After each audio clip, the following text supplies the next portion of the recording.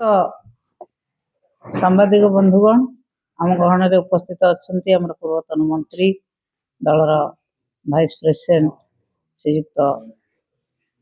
प्रताप केशरी देव महोदय आम दलर डेप्यूटी चीफ व्हिप सांबादिक बंधुगण आपण माने समस्त जानिचंती गत विधानसभा 9 तारिख दिन पारित होइतिबा विधेयक पूर्वतन विधायक मानकर पेंशन एवं दरमा विषय रे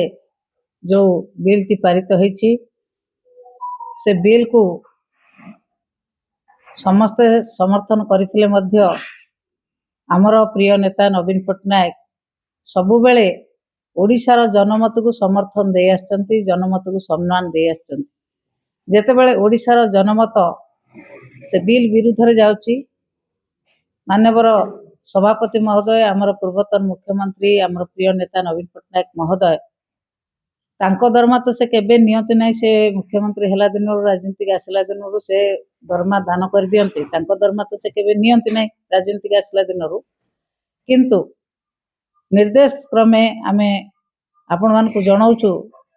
जे आमे मध्य बिजु जनता दल तरफ माननीय मुख्यमंत्री को अनुरोध करूछु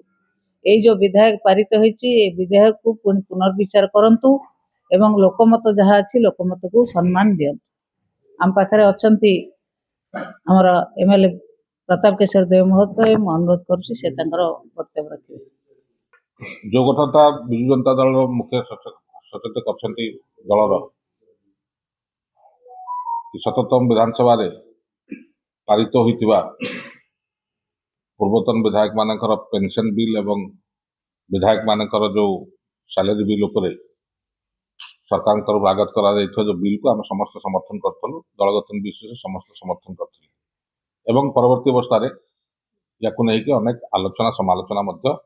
शुणा मिलला तो से संक्रांत आम दलर सभापति निर्देश क्रमे